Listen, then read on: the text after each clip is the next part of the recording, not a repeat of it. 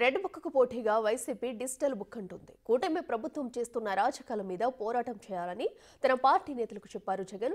గ్రామ స్థాయి నుండి జిల్లా స్థాయి వరకు కూటమి వల్ల ఇబ్బంది పడ్డ కార్యకర్తల నేతల సమాచారాన్ని డిజిటల్ బుక్లో నమోదు చేయాలని ఆదేశించారు.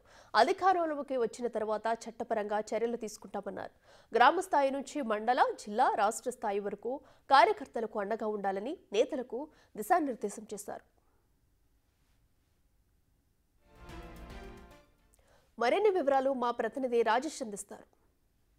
మెడికల్ కాలేజీ వ్యవహారం మీద రాష్ట్ర వ్యాప్తంగా వైసీపీ నేతలు చేసిన ఆందోళనపైన రాష్ట్ర వ్యాప్తంగా కేసులు నమోదయ్యాయి. ముఖ్యంగా మచిలీపట్నంలో వైసీపీ నేతలు అక్కడ కాలేజీ దగ్గరికి వెళ్లే ప్రయత్నాలు అడ్డుకున్నారు. ఈ నేపథ్యంలో 400 మీద పేరుని కిట్టుతో పాటు పేరుని వీళ్ళందరి మీద 400 మీద కేసులు నమోదు చేసి ప్రస్తుతం మచిలీపట్నం వైసీపీ ఇన్ఛార్జి పేరుని కిట్టు ఉన్నారు. మాట్లాడదాం.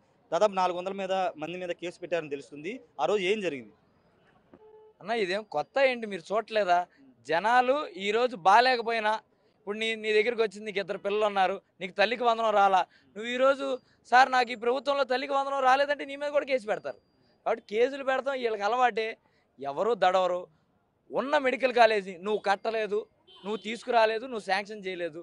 జగన్మోహన్ రెడ్డి గారి హయాంలో మా బందరకు మెడికల్ కాలేజ్ వచ్చింది.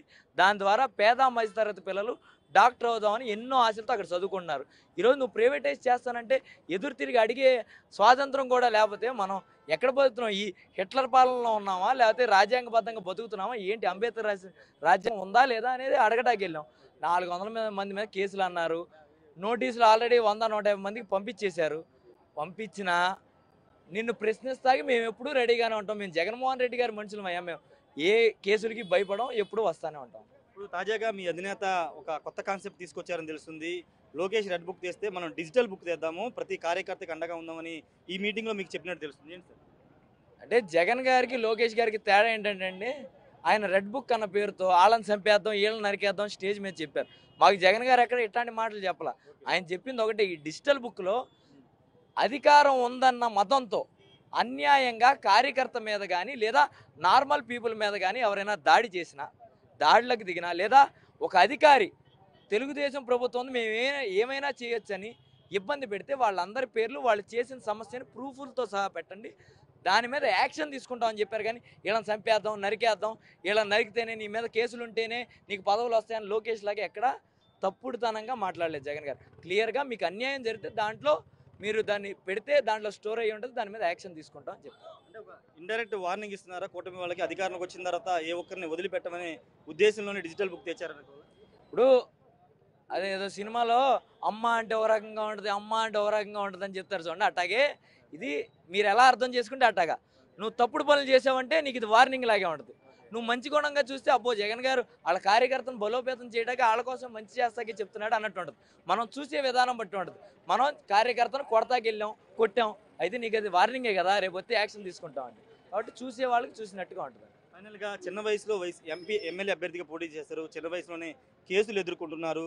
వెనక్కి తగ్గే అవకాశం ఉంటుందా, ముందుకు వెళ్ళే అవకాశం? ఏమో ముందరికి వెళ్తున్నాం కాబట్టి ఆయన మీటింగ్లకు వస్తున్నాం, లేకపోతే ఇంట్లో దాక్కునేవాడిని కదా. ఏం ఉండదండి. జగన్మోహన్ రెడ్డి గారు నా వయసుకి ఆయన అవకాశం ఇవ్వడం అనేది నా అదృష్టంగా భావిస్తున్నా. ఎందుకంటే ప్రజాప్రతినిధిగా ఇంత చిన్న వయసులో రావడం అనేది నిజంగా ఇంతకుముందు కాంగ్రెస్ ప్రభుత్వం రావాలంటే చాలా కష్టాలతో ఉండేది. ఈరోజు జగన్మోహన్ రెడ్డి గారు నాకు అవకాశం ఇచ్చారు. ఈరోజు అవకాశం ఇచ్చాక నేను పారిపోయి ఇంట్లో దాక్కుంటే అసలు జగన్మోహన్ రెడ్డి గారు నాకు ఇచ్చిన అవకాశాన్ని నేను వినియోగపరుచుకున్నట్ట, లేకపోతే నేను పనికిరానని చెప్పినట్టే ఉంటుంది. కాబట్టి ఖచ్చితంగా నాలో ఊపిరున్నంత వరకు జగన్ గారి సీటు ఇచ్చినా ఇవ్వకపోయినా ఈ పార్టీ జెండా మోస్తూ కార్యకర్తలకు అండగా నా సాయశక్తిలో నిలబడతా ఉంటాను. ఖచ్చితంగా జెండా కార్యకర్తగా మోస్తారు ఊపిరినంత వరకు అని పేరుని కిట్టు చెప్తున్నారు. రెడ్ బుక్కి ఈక్వల్గా డిజిటల్ బుక్ రాబోతుంది. కానీ డిజిటల్ బుక్ రెడ్ బుక్ లాగా మనుషుని చంపేయమని అది చెప్పదు. పూర్తిగా ఎవరికైతే అన్యాయం జరిగిందో చట్టపరంగా వాళ్ళ మీద చర్యలు తీసుకోవడానికి డిజిటల్ బుక్ తీసుకొచ్చామని చెప్తున్నారు. ఏదేమైనప్పటికీ 400 మీద కాకపోతే 4000 మంది మీద కేసులు పెట్టుకున్న ప్రజా పోరాట ఆపేది లేదని పేరుని కిట్టు అయితే చెప్తున్నారు. కెమెరా పర్సన్ సాయితో రాజేష్, బిగ్ టీవీ.